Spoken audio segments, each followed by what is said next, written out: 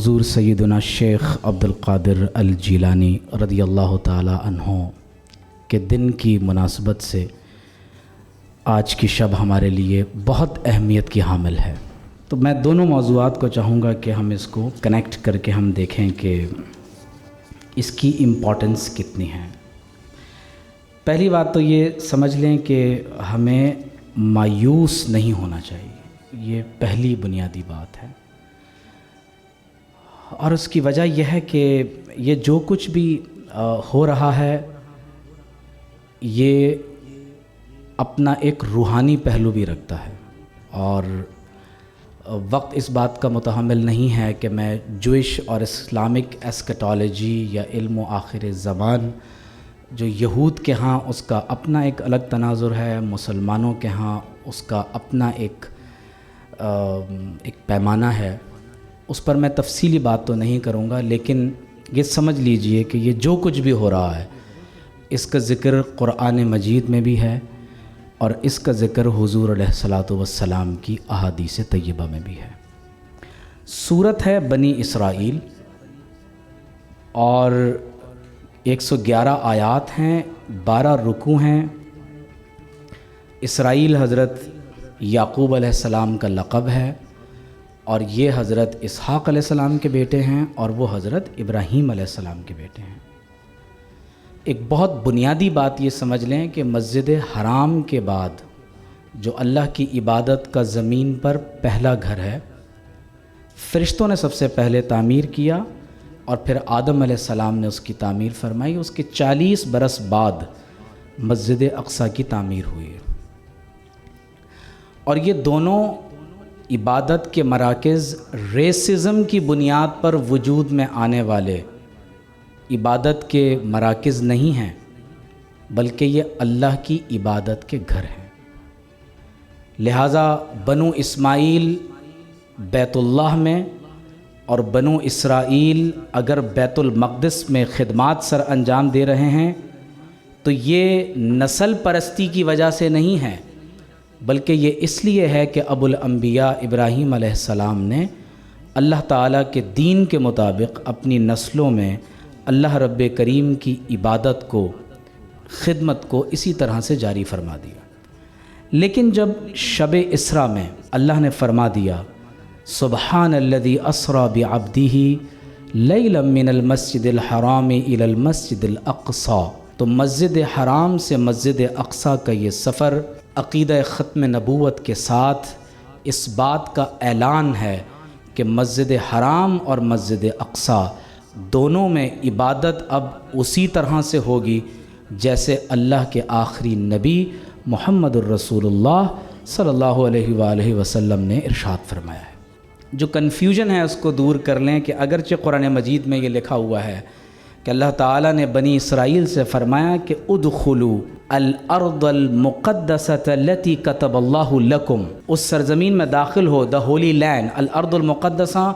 دا Holi land جس میں تمہیں اللہ نے یہ خطہ عطا فرما دیا ہے، فرمایا کہ اس میں داخل ہو جاؤ، لیکن شرط کیا ہے؟ وَلَا تَرْتَدُّوا عَلَىٰ أَدْبَارِكُمْ، مرتد مت ہو جانا، دین کو ترک مت کر دینا، تو کیا ہوگا؟ فَتَنْقَلِبُوا خَاسِرِينَ، تم خسارہ اٹھانے والوں میں سے ہو جاؤ گے۔ تو سورہ بنی اسرائیل ہے، ہجرت سے پہلے سورت نازل ہو رہی ہے۔ نبی کریم صلی اللہ علیہ وآلہ وسلم کو اللہ تعالیٰ یہود کی طرف اب مبعوث فرما رہے ہیں، اور یہ وہ قوم ہے جو موسیٰ علیہ السلام سے کہتی ہے کہ ارین اللہ جہرتاً، ہمیں اللہ کا بلا حجاب دیدار کروا دیجئے۔ اور جب موسیٰ علیہ السلام نے رب سے عرض کی کہ ربی ارنی انظر الیک، تو اللہ نے فرمایا لن ترانی۔ تو اس واقعے سے پہلے کہ ہجرت ہو، اللہ تعالیٰ نے اپنے حبیب علیہ الصلاۃ والسلام کو اپنا دیدار عطا فرمایا، اور پھر بنی اسرائیل کی طرف یثرب میں جب تشریف لے گئے تو سورت ہے بنی اسرائیل مکہ مکرمہ میں ہجرت سے پہلے نازل ہو رہی ہے، اور پہلی آیت من المسجد الحرام الی المسجد الاقصی۔ آگے اللہ فرماتا ہے وَقَضَيْنَا إِلَىٰ بَنِي إِسْرَائِيلَ فِي الْكِتَابِ، ہم نے تورات میں بنی اسرائیل کو اس بارے میں آگاہ کر دیا ہے۔ یعنی ایسا نہیں ہے کہ جوز اس بات سے آگاہ نہیں ہیں، اس لیے میڈم نے بہت تفصیل سے، جس طرح ٹائٹس نے جب مسیح علیہ السلام کے رفع الی السماء کے بعد ان پر حملہ کیا اور یروشلم میں ایک مرتبہ پھر تاخت و تاراج ہوا، تو کس طرح سے حضرت سیدنا مسیح علیہ السلام کے بعد یہ اسکیٹرڈ ہو گئے اور پوری دنیا میں رہتے رہے۔ یہ بہت اچھی طرح جانتے ہیں کہ یہ دوبارہ کسی ریاست میں جمع ہوں گے تو پھر ان کے لیے مسیح کی آمد سے قبل ان کے لیے مسائل پیدا ہوں گے۔ لیکن ظاہر ہے کہ جب عیسیٰ علیہ السلام تشریف لے آئے اور انہوں نے ان کو تسلیم نہیں کیا، بلکہ مسیح دجال اینٹی کرائسٹ کا انتظار کرتے رہے اور تاحال اسی میں مگن ہیں، تو اللہ فرماتا ہے کہ ہم نے بنی اسرائیل کے بارے میں یہ الکتاب میں لکھ دیا ہے، ان کو بتا دیا ہے کیا، لَتُفْسِدُنَّ فِي الْأَرْضِ مَرَّتَيْن، تم زمین میں ضرور بضرور 2 مرتبہ فساد پیدا کرو گے، وَلَتَعْلُنَّ عُلُوًّا كَبِيرًا، اور اللہ تمہیں زمین میں عروج عطا فرمائے گا، یہ اللہ کا وعدہ ہے۔ فَإِذَا جَاءَ وَعْدُ أُولَاهُمَا، جب ان دونوں میں سے پہلا وعدہ آ گیا تو کیا ہوا، جب انہوں نے زمین میں فساد برپا کیا، بَعَثْنَا عَلَيْكُمْ عِبَادًا لَنَا، تو ہم نے اپنے بندوں کو تم پر مسلط کر دیا۔ بعض اہل تفسیر کہتے ہیں کہ مراد نیبوکت نظر ہے، بخت نصر ہے، لیکن بعض دیگر مفسرین فرماتے ہیں کہ نہیں، وہ تو مجوسی مشرک بادشاہ تھا، یہ کیسے ہو سکتا ہے کہ قرآن نے اس کو عباد لنا کہا ہو۔ اس سے مراد دراصل اشارہ اس واقعے کی طرف ہے کہ جب بنو نذیر، بنو قریظہ، بنو قینقاع اور دیگر عرب میں رہائش پذیر یہود قبائل نے حضور علیہ الصلاۃ والسلام کے ساتھ عہد شکنی کی اور ان قبائل کو یہاں سے جلا وطن کر دیا گیا، اور بالآخر خیبر کا معرکہ پیش آیا، اللہ نے اپنے بندوں کو بھیجا، اور وہ بندے کیسے تھے؟ فرمایا اولی بأس شدید، بہت سخت کرخت طاقتور، فجاسوا خلال الدیار، وہ تمہارے گھروں میں گھسے، وکان وعدا مفعولا، اور یہ اللہ کا وہ وعدہ تھا جو پورا ہو گیا۔ ثم رددنا لکم الکرۃ علیہم، فرمایا کہ پھر ہم نے غلبے کو تمہارے حق میں پلٹا دیا، وَأَمْدَدْنَاكُمْ بِأَمْوَالٍ وَبَنِينَ، اور ہم نے دولت اور اولاد کے ذریعے تمہاری مدد فرمائی، وَجَعَلْنَاكُمْ أَكْثَرَ نَفِيرًا، اور ہم نے افرادی قوت میں بھی تمہیں بڑھا دیا۔ مصر کے بہت بڑے عالم ہیں الامام متولی الشعراوی، وہ اپنے عصر کے مجدد تھے، اللہ والے تھے۔ فرماتے ہیں کہ جب مصر میں ایک اللہ کے ولی کو بتایا گیا کہ فلسطین میں یہود داخل ہو گئے ہیں، تو وہ سجدے میں گر گئے، تو وجہ پوچھی گئی تو کہا کہ اللہ تبارک و تعالی نے جو سورہ بنی اسرائیل میں دوسرے وعدے کا ذکر کیا ہے اس کا وقت پورا ہونے کو ہے۔ ان احسنتم احسنتم لانفسکم، فرمایا اگر تم احسان کرو گے تو یہ تمہارے اپنے لیے ہے، وان اسأتم فلہا، برائی کرو گے تو تمہارے لیے ہے۔ فاذا جاء وعد الاخرہ، جب آخری وعدہ آئے گا، یہ قرآن کہہ رہا ہے، جب آخری وعدہ آئے گا، لیسوء وجوہکم، تاکہ مسلم افواج مار مار کر تمہارا چہرہ بگاڑ دیں، وَلِيَدْخُلُ الْمَسْجِدَ كَمَا دَخَلُوهُ أَوَّلَ مَرَّةٍ، اور وہ مسجد اقصیٰ میں ایسے ہی داخل ہوں جیسے اس سے پہلی مرتبہ داخل ہوئے تھے، وَلِيُتَبِّرُوا مَا عَلَوْا تَتْبِيرًا، اور جس مقام پر بھی غلبہ پائیں اور اس مقام کو یہود نے دوبارہ تعمیر کیا ہو، بنایا ہو، ترقی دی ہو، تو وہ اس کو تہس نہس کر دیں گے۔ فرمایا عَسَىٰ رَبُّكُمْ أَن يَرْحَمَكُمْ، قریب ہے کہ تمہارا رب تم پر رحم فرمائے، وَإِنْ عُدْتُمْ عُدْنَا، اور اگر تم نے اپنی سرکشی کو دہرایا تو اللہ تعالیٰ بھی اپنے عذاب کو تم پر دوبارہ نازل فرمائے گا۔ تو لہٰذا امت مسلمہ کو مایوس نہیں ہونا چاہیے، انشاءاللہ تعالیٰ جب اللہ کا وہ وعدہ آئے گا تو یقینی طور پر مسلمانوں کو غلبہ نصیب ہوگا، کیونکہ 2000 سال کے بعد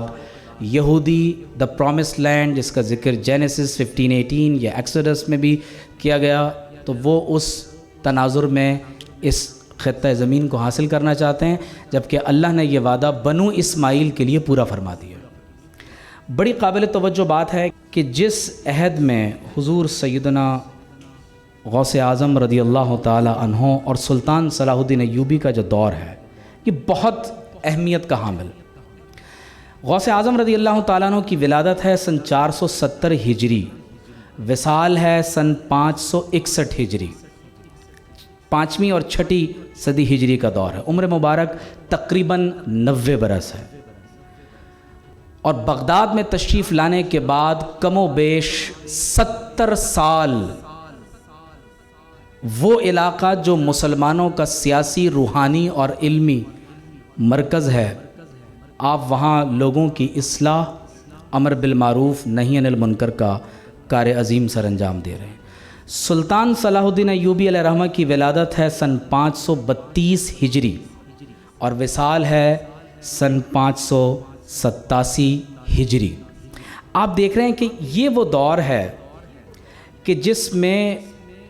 مسلمان نہایت ہی ایک طرف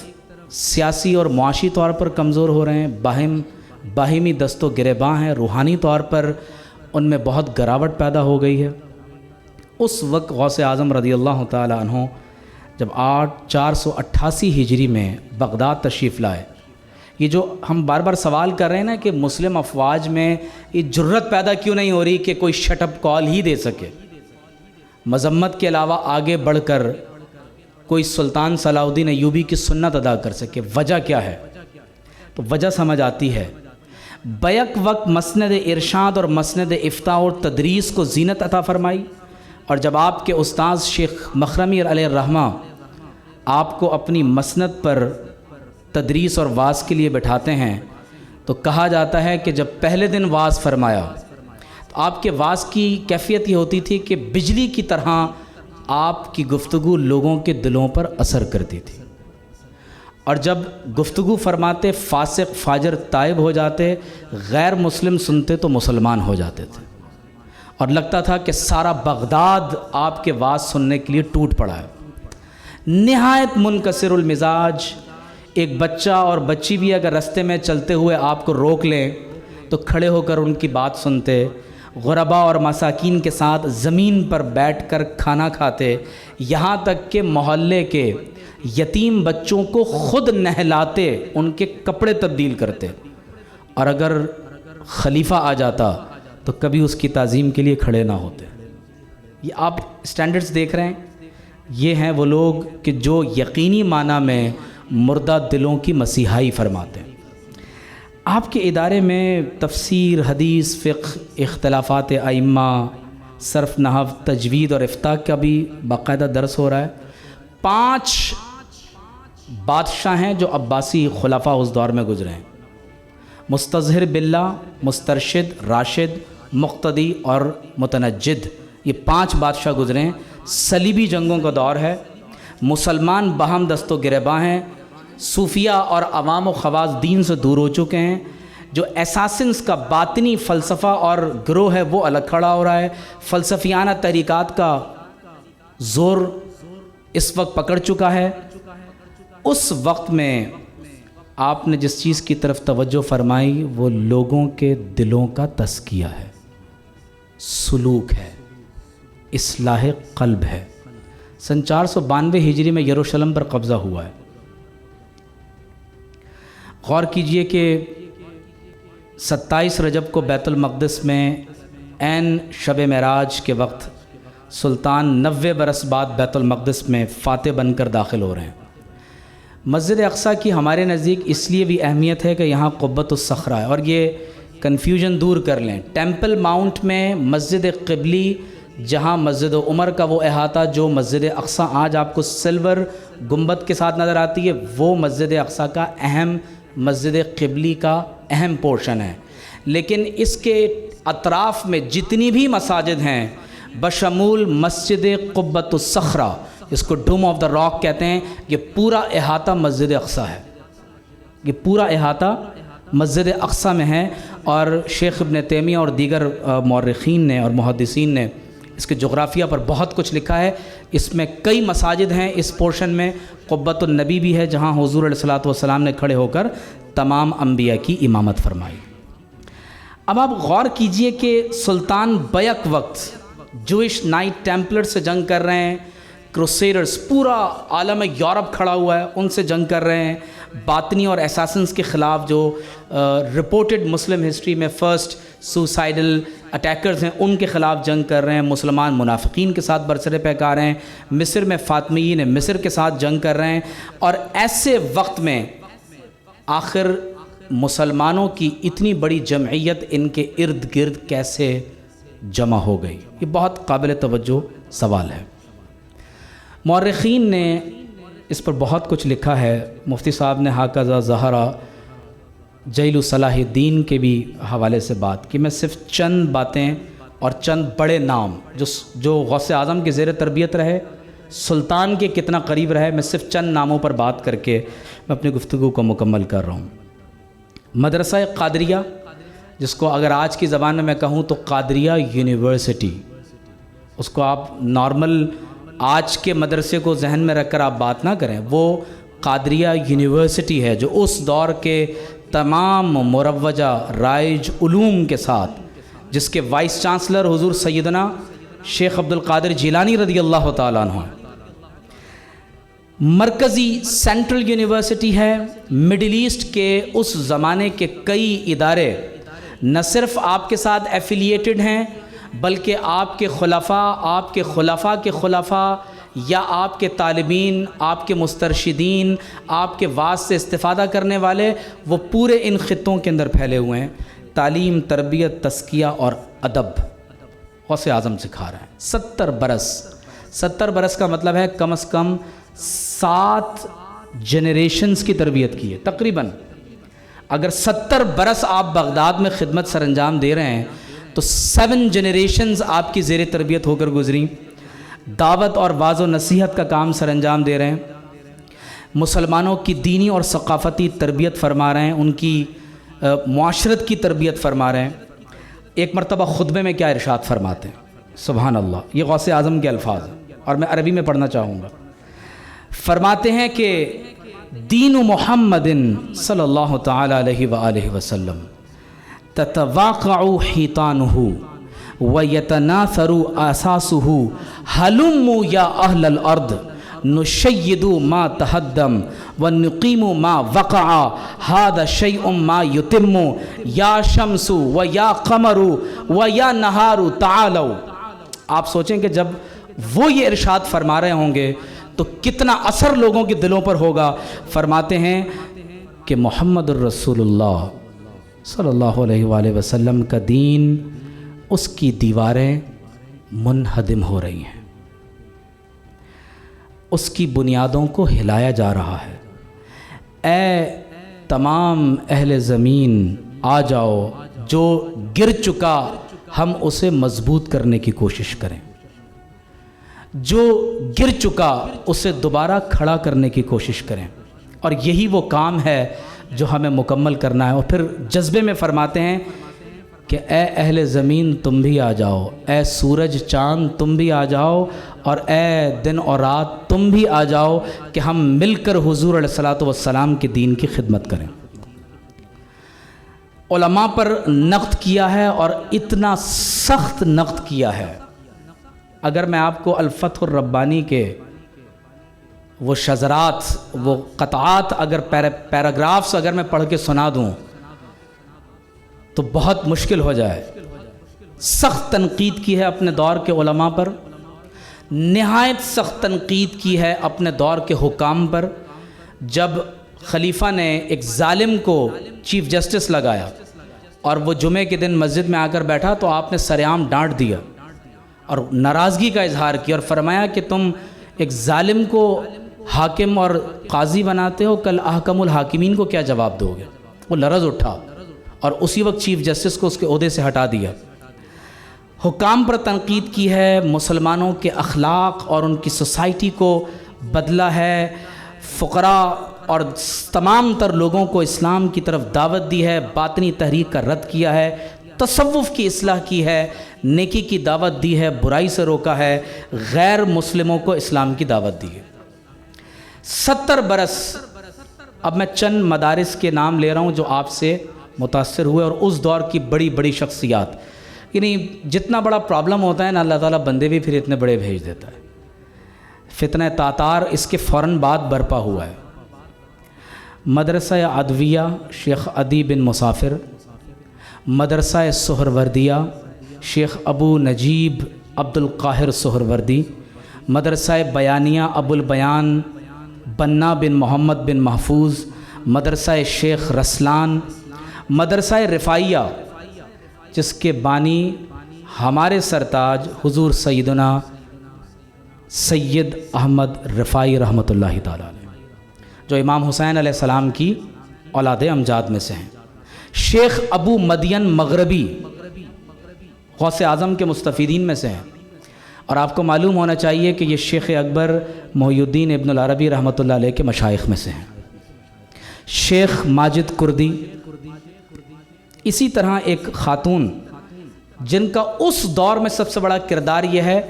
کہ جب مسلمان اخلاقی گراوٹ کا شکار ہو رہے ہیں تو پوری جنریشن کے اندر اسلام کا جذبہ، جنون اور عشق کا ولولہ پیدا کر دینا، اس میں عورتوں کا بہت بڑا کردار ہے۔ ان میں ایک عظیم المرتبت خاتون حضرت تاج النساء بنت فضائل، اور یہ زوجہ ہیں حضرت سیدنا عبد الرزاق بن سیدنا شیخ عبد القادر جیلانی، اپنے شوہر کے ساتھ غوث اعظم رضی اللہ تعالیٰ عنہ کی خدمت میں زیر تربیت رہیں، اور ان کا بہت بڑا کنٹریبیوشن ہے اس دور میں بچوں میں، عورتوں میں، خاندانوں میں دعوت اور تبلیغ اور لوگوں کو بیت المقدس کی فتح کے لیے آمادہ کرنے میں۔ طبقات حنابلہ میں خود یہ مورخ نے لکھا ہے کہ وَكَانَ نور الدین محمود يقبل علیہ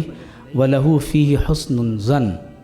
غوث اعظم کی خدمت میں سلطان نور الدین زنگی خود حاضر ہوتے تھے۔ میری لائبریری میں کتاب رکھی ہوئی ہے شیخ موفق الدین عبداللہ بن قدامہ حنبلی، اتنی بڑی کو 12-13 جلدوں میں کتاب ہے۔ موفق الدین عبداللہ بن قدامہ حنبلی، علماء ان کا نام ضرور جانتے ہیں۔ حافظ عبد الغنی، یہ دو لوگ قادریہ یونیورسٹی کے گریجویٹس ہیں، غوث اعظم رضی اللہ تعالی عنہ کے زیر تربیت رہے۔ وَلَقَدْ أَصْبَحَ الْمُوَفِّقُ هَذَا مُسْتَشَارًا للسلطان صلاح الدین الایوبی رحمہ اللہ، یہ براہ راست سلطان صلاح الدین ایوبی کے مشیر ہیں۔ ایک اور دو بڑے نام ہیں، علی بن برداون بن زید کردی اور حامد بن محمود حرانی، یہ بھی غوث اعظم کے فیض یافتہ ہیں۔ اور ایک ایسا نام جنہوں نے حضرت شیخ عبد القادر جیلانی رحمۃ اللہ علیہ کی زیر تربیت رہ کر اس دور کی بہت بڑی خدمت سر انجام دی، اللہ تعالیٰ ان پر اپنی خاص رحمتوں کا نزول فرمائے۔ شیخ زین الدین علی بن ابراہیم ابن نجا کے نام سے مشہور ہیں، واعظ الانصاری القادری الحنبلی۔ یہ صرف سلطان کے مشیر نہیں ہیں، سلطان نے ویسے روحانی استفادہ تو سلطان نور الدین زنگی سے بھی کیا، لیکن ان کا بہت بڑا استفادہ شیخ ابن نجا سے ہے جو غوث اعظم کے مرید بھی ہیں، ان کے زیر تربیت بھی رہے۔ مورخ ابو شامہ نے الروضتین میں لکھا ہے کہ وَكَانَ صلاح الدین قد نصب للوعظ تجاہ القبلتی سریراً، سلطان کا معمول یہ تھا کہ وہ بہت بڑا تخت بچھاتا تھا قبلے کی طرف، اور اس پر زین الدین ابو الحسن علی بن نجا کو بیٹھنے کے لیے گزارش کرتے تھے اور ان سے عرض کرتے تھے کہ آپ واعظ فرمائیں، نصیحت فرمائیں، تاکہ لوگوں کے زنگ آلود قلب و نظر آپ کے واعظ اور نصیحت سے ایسے جلا پا جائیں کہ اللہ تعالیٰ کا خوف اور محبت ان کے دلوں میں بیٹھ جائے۔ کیفیت کیا ہوتی تھی؟ فَذَكَّرَ مَنْ خَافَ وَمَنْ رَجَا وَأَتَى بِكُلِّ مَوْعِظَةٍ لِلرَّاقِدِينَ مُوقِظًا وَلِأَعْدَاءِ اللَّهِ مُغْلِظًا، دشمن کانپ جاتا تھا، جو غافل ہوتے تھے بیدار ہو جاتے تھے۔ کہ غوث اعظم رضی اللہ تعالیٰ عنہ کی تربیت کا نتیجہ ہے، اور ان کی اہلیہ یہ بھی غوث اعظم رضی اللہ تعالیٰ عنہ کی زیر تربیت رہیں، حضرت فاطمہ بنت سعد الخیر الانصاری۔ یہ صرف چند مثالیں دے کر میں نے یہ آپ کے سامنے بتانا چاہا ہے کہ ہم عموماً صرف حضرت شیخ عبد القادر جیلانی رحمۃ اللہ علیہ کی کرامات کا ذکر کرتے ہیں، جن میں سے نصف سے زائد وہ ہوتی ہیں جو من گھڑت ہوتی ہیں۔ حالانکہ شیخ ابن تیمیہ نے لکھا ہے کہ غوث اعظم کی کرامات اتنی زیادہ ہیں کہ وہ تواتر سے ثابت ہیں، من گھڑت کرامت بنانے کی کوئی ضرورت نہیں ہے، لیکن مورخین کا اس پر اتفاق ہے کہ ان کی سب سے بڑی کرامت یہ ہے کہ جو ان کی صحبت میں ایک مرتبہ آ جاتا وہ اسے اللہ تعالیٰ سے واصل کر دیا کرتے، اور یہی وہ نگاہ ناز ہے کہ جس کی برکت سے سلطان صلاح الدین ایوبی اور نور الدین زنگی ہی نہیں بلکہ ان کے اطراف میں لڑنے والے، اس دور میں تربیت کا کام کرنے والے قاضی القضات، ججز، فوج کے سالار، وہ نسل جنریشنز پیدا ہوئیں کہ جس کے نتیجے میں آپ کو صرف 90 برس کے اندر اندر بیت المقدس دوبارہ مسلمانوں کے پاس نظر آتا ہے۔ آج ضرورت اس امر کی ہے کہ ہم دوبارہ اس بات کی طرف توجہ دیں کہ وہ ہماری جو ایک میراث تھی جس کو ہم نے کھو دیا اس کو دوبارہ حاصل کریں۔ حضور علیہ الصلوۃ والسلام نے فرمایا لا تقوم الساعہ، قیامت اس وقت تک قائم نہیں ہوگی حتی تقاتل الیہود، یہاں تک کہ تم یہودیوں سے قتال کرو۔ ایک آخری مارکہ برپا ہوگا۔ 6000 سے زائد فلسطینیوں میں 3000 صرف بچے ہیں، اور وہ کہہ رہے ہیں کہ ہم پوری دنیا سے جنگ کرنے کے لیے تیار ہیں۔ تو فرمایا آخری مارکے میں یہودیوں سے تمہاری جنگ ضرور ہوگی، آج نہیں، سیز فائر ہو جائے کل ضرور ہوگی۔ کیفیت کیا ہوگی؟ فرمایا یہاں تک کہ اگر کوئی ایک یہودی بھی پتھر کے پیچھے چھپا ہوگا تو وہ پتھر کہے گا کہ یا مسلم ھذا یہودی ورائی، یہ میرے پیچھے یہودی چھپا ہوا ہے، تعال فقتلہ۔ اور یہ وہ دور ہے کہ ہمارے نبی صلی اللہ علیہ وسلم کی بشارت ہے کہ جب القدس کے قریب باب لد پر دجال آئے گا تو حضرت سیدنا عیسیٰ بن مریم علیہ السلام اپنے نیزے سے خود دجال کو قتل فرمائیں گے۔ انہم یکیدون کیدن و اکید کیدا، دشمن کا ایک منصوبہ ہے، اور ایک منصوبہ یہ اس کی اسپریچول انٹیلیجنس ہے، اپنے آپ کو اس کے لیے تیار کریں۔ اور حضور علیہ الصلوۃ والسلام کی حدیث یہ بتاتی ہیں کہ قرب قیامت میں لڑی جانے والی تمام جنگوں کا مرکز بیت المقدس ہوگا۔ مسلمانوں کو اپنی ڈیفنس اور آفینس اسٹریٹجی اسی کے پیش نظر بنانا پڑے گی۔